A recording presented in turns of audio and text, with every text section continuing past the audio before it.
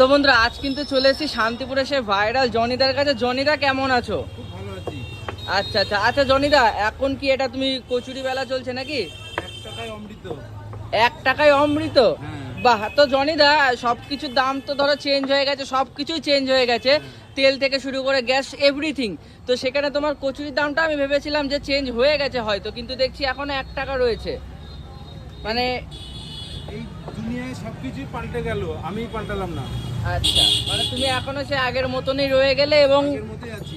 আচ্ছা আচ্ছা, এবং এখনো সেই মানুষকে ভালোবেসে মাত্র 1 টাকায় যাকে বলে কচুরির সাথে তরকারি এবং স্যালাড ফ্যালাড। সস, মায়াবী মশলা সমস্ত কিছু দিয়ে একটা কচুরির দাম মাত্র 1 টাকা। আচ্ছা জনিদা, এই মায়াবী মশলাটা কি নতুন করে অ্যাড হয়েছে নাকি না আগে থেকে ছিল? না, আগে থেকেই ছিল। আচ্ছা আচ্ছা, আগে মনে হয় মায়াবী মশলা নামটা দাওনি মনে হয় না? না, নামটা নতুন করে দেওয়া হয়েছে। আচ্ছা আচ্ছা, মানে আগে মশলাটা দিত কিন্তু নামকরণটা ছিল না না, মশলা। নামটা ঠিক করা হলো। আচ্ছা, এখন থেকে এই নামটা দেওয়া হলো তাই তো? হ্যাঁ। একদম একদম। আর দেখতে দেখতে কিন্তু দেখো চলে গেল। কত পিস হবে আইডিয়া?